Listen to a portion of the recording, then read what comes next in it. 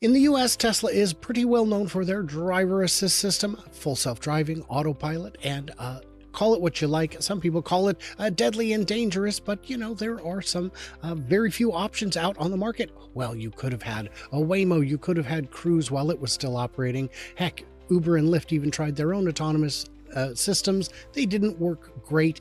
And so we're looking at China because Kyle from Out of Spec had a chance to go there. He had a chance to experience a number of these very advanced driverless systems, and he is going to report all about that. We're going to find out what's going on. I'm Brian. Welcome to Futuraza.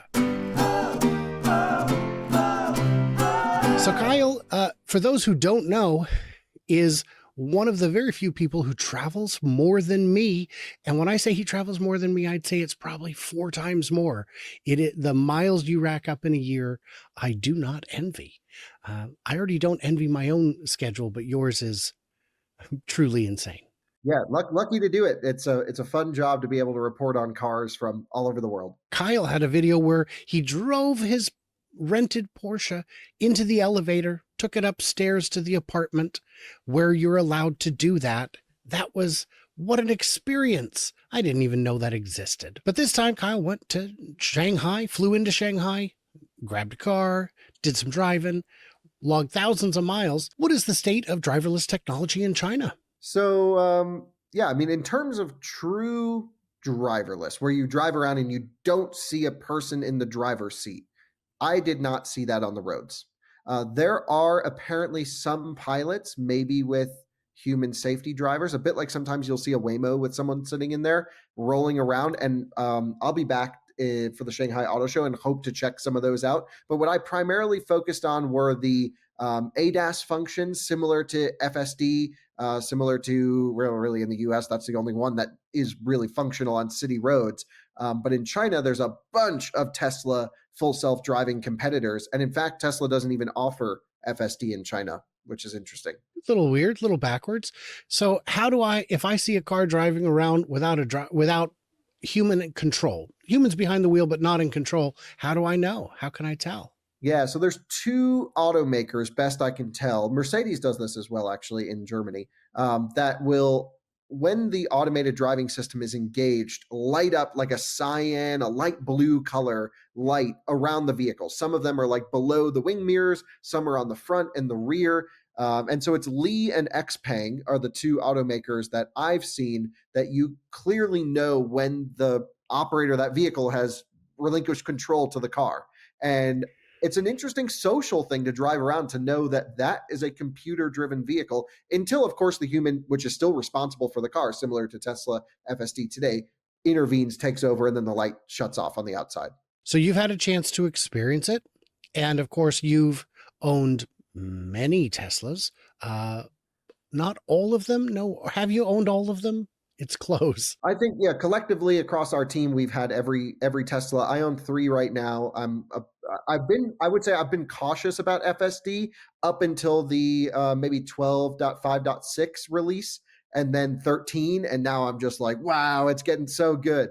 I would agree. I found 11 to be homicidal, 12 to be pretty good, and 13, pretty much since 12.6 has been pretty good, but since 13, it's been remarkable.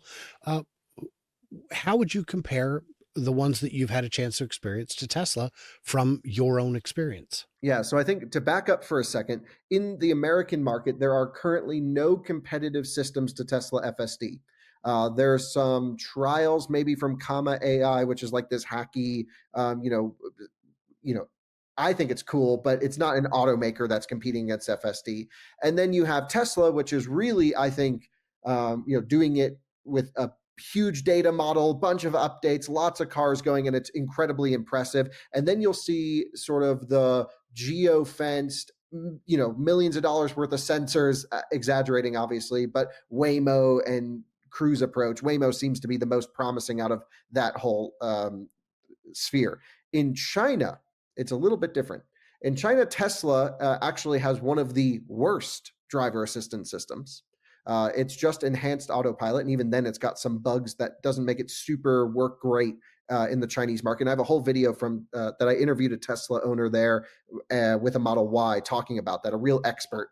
And then there are other companies with competing systems that are really doing some incredible Tesla FSD like, and maybe even better in some respects.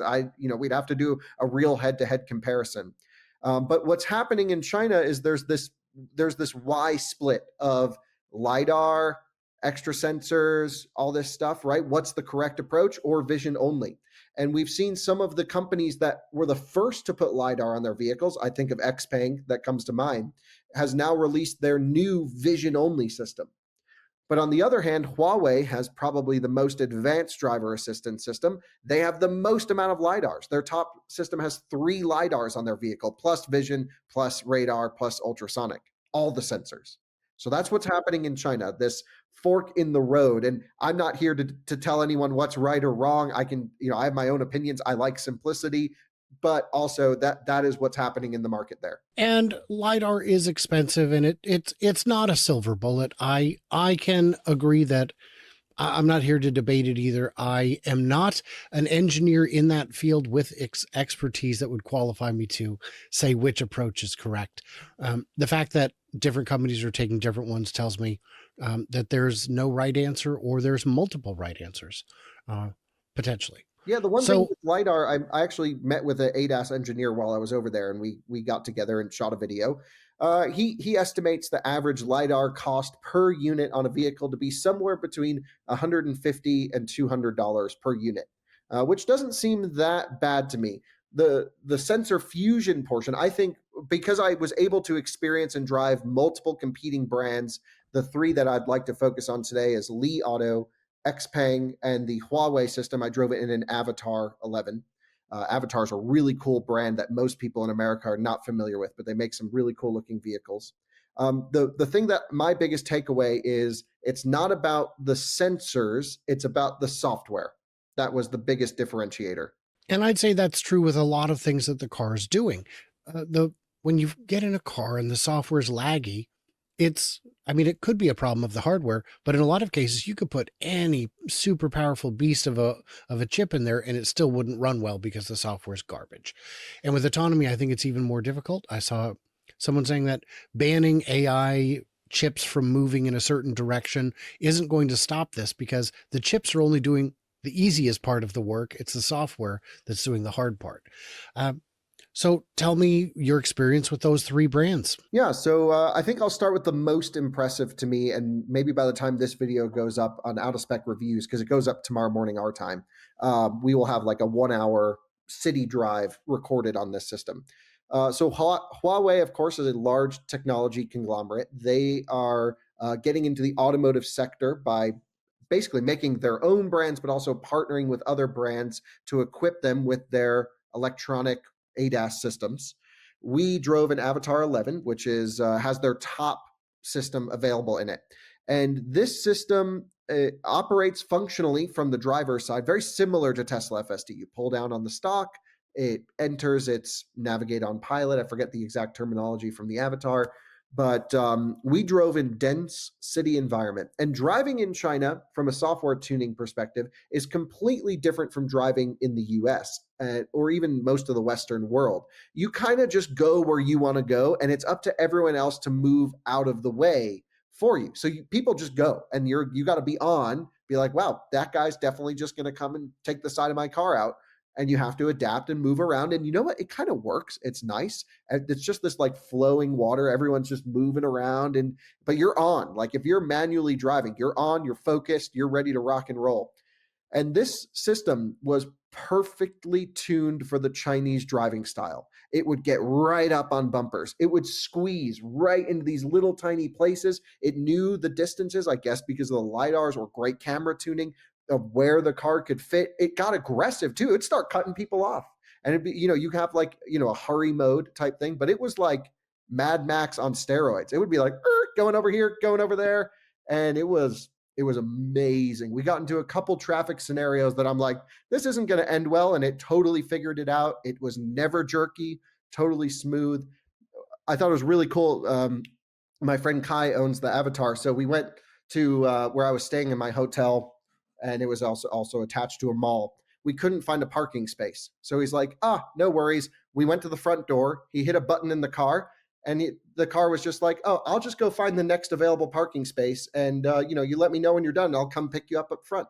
And believe it or not, the car went down into the parking garage. It searched through all of the spaces. It knew the parking garage was mapped from other vehicles going down there. So it knew all the available parking spaces before it went in.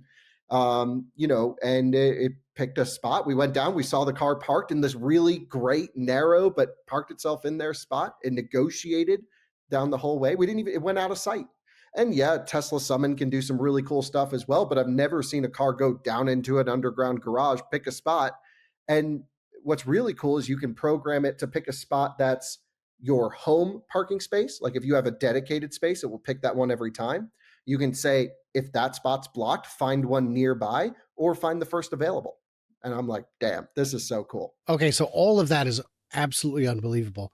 My map doesn't know where my driveway is, and it insists on trying to drive me to my alley where I do not have access to my property. And it will park me right there behind the fence. And I've done everything I can to try and convince it to just take me to the front of the house, and it won't. And of course, banish is not yet a thing. And that tight spot doesn't matter as much when you don't have to open the doors. So that is pretty fantastic. And that sounds like a very advanced system. If I was an investor, I would be, I would be telling them start licensing this aggressively, because that sounds like a very, very functional system.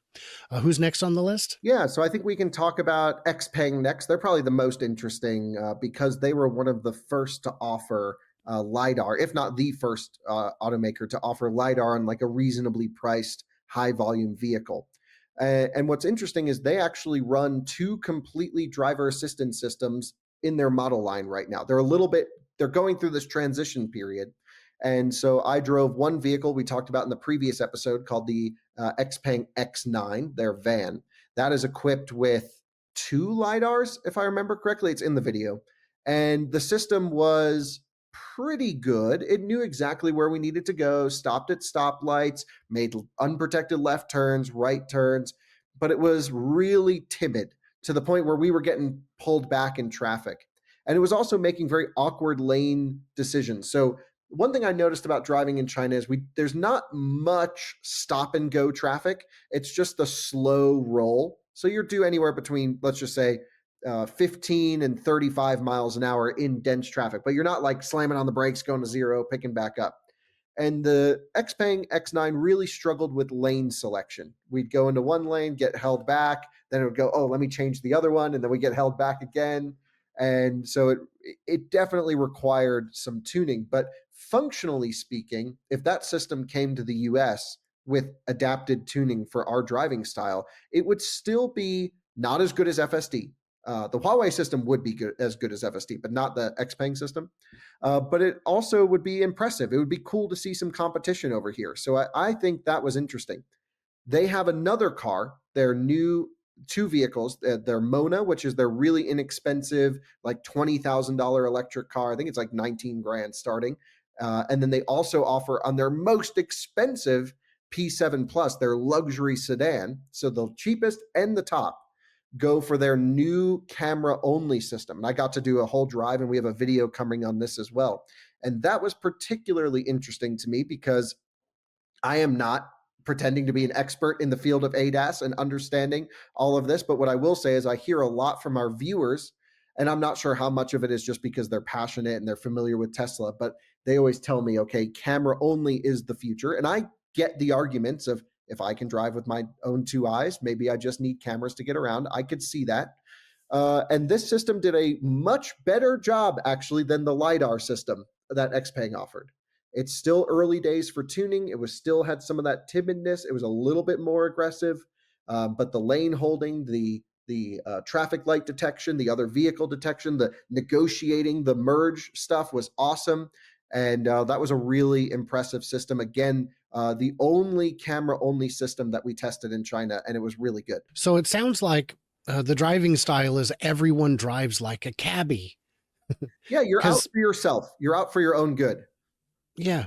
Yeah. And I've been to China, but not recently. I lived and worked there quite some time ago, but everything has changed, and I need to get back there. So I will be working on getting to the, of course, Shanghai Auto Show this year in April. That will be a lot of fun. The third one, you had one more you wanted to share? Yeah, I was going to discuss the Lee system, but it's not too dissimilar from the Xpeng system. It's still LiDAR equipped, very capable system, amazing on the highway. I mean, that is probably tuned perfectly for the long highway cruise. Great lane selection, really nice. That also has the lights on the outside of the vehicle so other people know that we were using it. And that was just like a great system to cruise on. The Huawei system, I thought on the highway was a little bit too aggressive. I'm very particular about like lane changes, and maybe that's the I spend a lot of time in Germany. I've spent a lot of time driving in the US. I like lane discipline in general, and I just don't want to annoy other people around me. Like I want to go as fast as possible without bothering anyone. And the Lee system was like on it. It was not making unnecessary lane changes, just the right amount, cruising. But again, in the city, it stopped at stoplights, did the turns. And I did have to take over a couple times in more tricky scenarios, but it even waited until the last second to do a merge, which I was really impressed with. It like knew we had to get in the exit lane, traffic was backed up, and it just like went up to the last minute and then found the last available slot and just merged in. And in the US, people would be pissed off, of course, for cutting off the entire line, but in China, no one gets mad. It just is what it is. So this tells me that, and I've been trying to sound this alarm for about 2 years, that don't sleep on China. They are coming.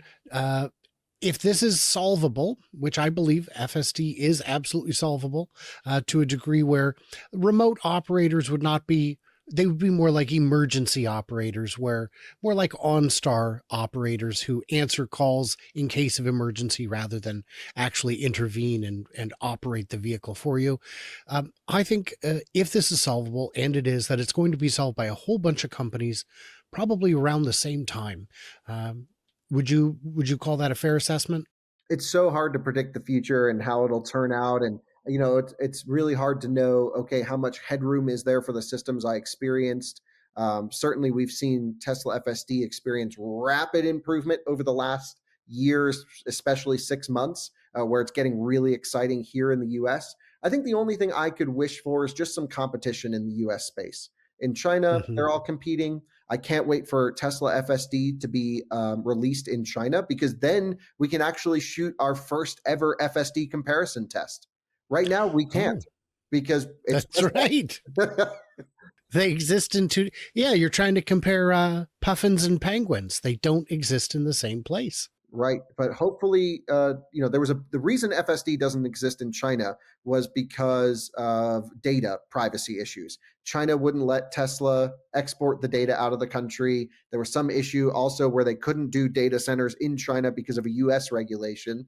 And so my understanding was that they were past that. Although I believe on the earnings call just yesterday or whenever that happened, whenever the show goes up, Elon also mentioned there might be still some issues which might further delay FSD, but it still sounds like it's on track for, who knows the timelines, but it's on track for as soon as they can deliver it.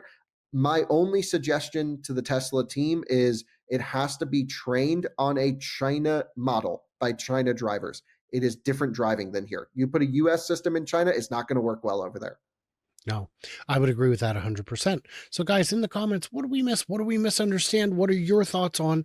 Well, I guess give me an earful on LiDAR versus vision for sure. I definitely want those comments. And yeah, let me know who you think is, let me know your thoughts, because this is a big topic and it's exciting. Huge, huge thanks to Kyle from Out of Spec for hanging out and sharing the wisdom as only he can, at least at this point, because, China's pretty far away. Everybody else, like, subscribe, do what you do. Stay tuned, stay juicy, and I cannot wait to hear from you clever robots on the flippity flop.